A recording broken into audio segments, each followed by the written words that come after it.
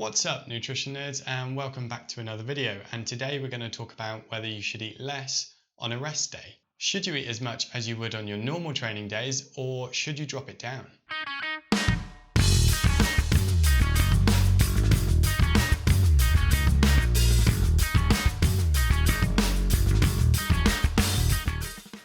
For the purposes of making things a bit clearer here, we're going to split the discussion into two groups. One group who are just training for health and fun, so this would just be if you're training a couple of times a week, maybe once a day as a maximum, and you're just having fun, enjoying it, and you're not pushing it or having really intense sessions all the time. And for simplicity, we're going to assume that in this group, you're not actively trying to lose or gain weight, because that does change things a bit, and we'll cover that in a future video. The other group is you sadistic triathletes who are training seriously, often 2 to 3 times a day, and you're training for performance and improvement, and you know who you are. And if you're in the middle of these two groups, then you can just listen to all of the advice and go for something in between. If you've watched any of my previous videos, especially about carbohydrates, then you'll know that the overall calorie intake is important. As triathletes, we put our body under a lot of stress, and we need to recover properly. And part of that recovery process is making sure we eat enough calories of good quality food to make sure that we fuel our exercise and then fuel the subsequent recovery process afterwards. So the first thing to consider is our general diet, our day-to-day calorie intake, and why that's important to a rest day. So to keep this video on track and not make it super long, we're going to assume that your day-to-day diet is generally pretty healthy. So you're eating a good mix of healthy, nutritious foods. If you aren't sure about that part of your diet, or you just want a bit more information, I've made some videos on carbohydrates, proteins and fats. And I've linked to the playlist at the top of the screen, so if you do want a bit more information, just go and watch those videos. Now, if you're in the train for fun and health group, what you eat on a rest day isn't super important. Now, don't get me wrong, it's still important, but you don't need to worry about it as much because the likelihood is you're ticking along happily. If you're neither gaining or losing weight and you're enjoying it, then you're doing it right. So kudos to you. So does this group need to eat less on a rest day? My advice to you is to ensure that you actually just eat well rather than worrying about anything else. No sports supplements like energy drinks or gels, just focus on healthy, good, nutritious food and aim to enjoy it and don't think too hard about it. Realistically, yes, you should be eating a little bit less on your rest days because you don't need as much food because you're not fueling the exercise. But if you aren't doing lots of training, then this is likely marginal. And if you're neither gaining or losing weight, then take the fight out of your food and just enjoy your rest day. This is where it becomes interesting, and the sports nutrition side of it becomes much more important too. So there's a couple of things to discuss here. Firstly, let's talk about something called energy availability, because it kind of underpins everything we're going to talk about. Energy availability is basically how it sounds. Available energy.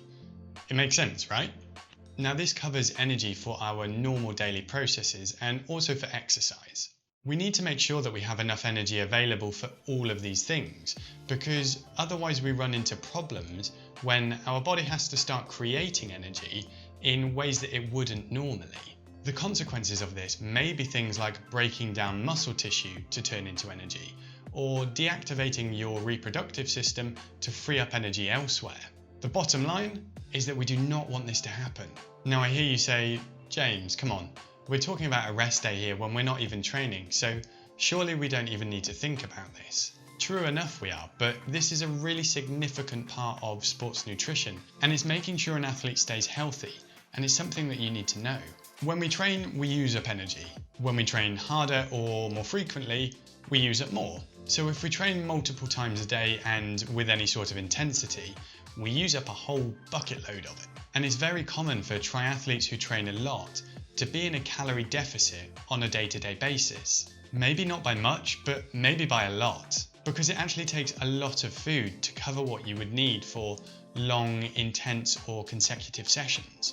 So it wouldn't actually be unusual to come into a rest day in a calorie deficit, as in you haven't eaten enough in the preceding days to cover what you've used in exercise. You can probably see where I'm going with this, can't you?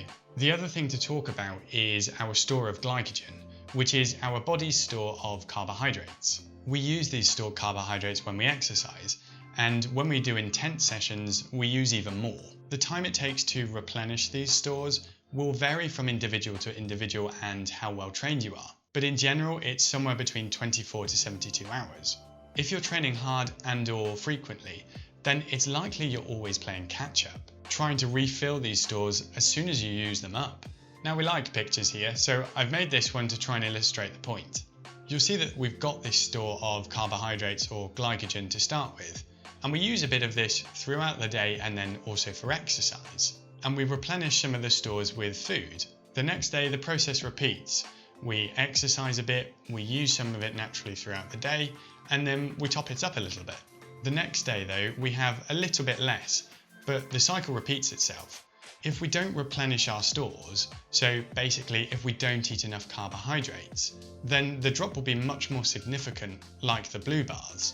But if you're eating well, then you're much more likely to be in better shape, like the orange bars. But what this doesn't show you is that if you have a really intense or long session, then you might use up all of your carbohydrate stores in one go, as in from full reserves to nothing, which is why it's even more important to eat those delicious carbs to help replenish your stores.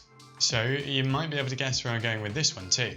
If you consider those 2 points I mentioned, then that probably gives you an idea of the answer I'm going to give you.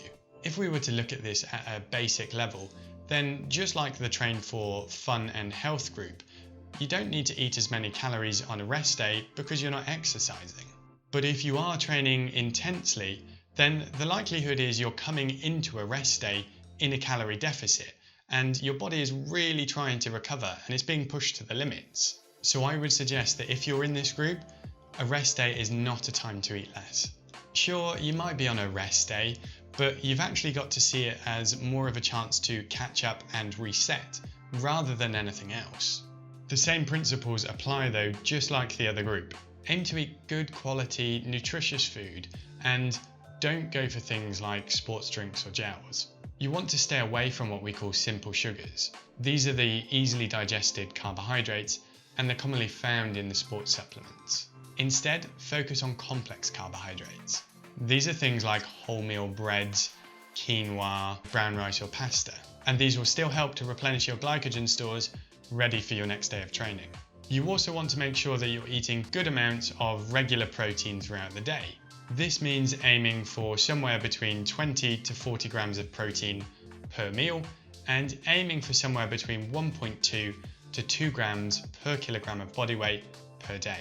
This is roughly the same as any other day, but you want to make sure that you don't just suddenly drop off the protein on a rest day, because your body does need it. If you're interested to know more about protein, then watch the video that I've linked at the top of the screen. You also want to make sure you're well hydrated, but again, don't reach for the sports drinks. Healthy, nutritious food with water regularly throughout the day is all you need, and your pee will give you a good indication of how well hydrated you are. Aim for lightly coloured pee and you're on the right track. A quick final note on weight for the Train Hard group, and I mentioned this in last week's video on how we actually improve through training. If you're in a performance improvement block of your training, then I would strongly recommend that you don't actively try to lose weight. Your body weight will naturally change if your body composition changes, and it may change depending on the time of day and whether or not you're hydrated. But if you see the scales clearly going down, then I would encourage you to up your daily intake.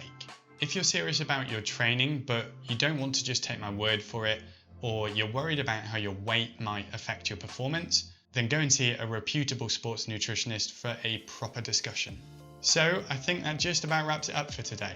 To summarise, if you're in the Train for Fun and Health group, then you don't need to worry too much about what you eat on a rest day. If you're training for performance, then it's really quite important that you do eat well and give your body a chance to catch up and recover from all of the hard training that you've been doing. And with both groups, enjoy your rest day and enjoy your food. And I'll catch you next time. See ya.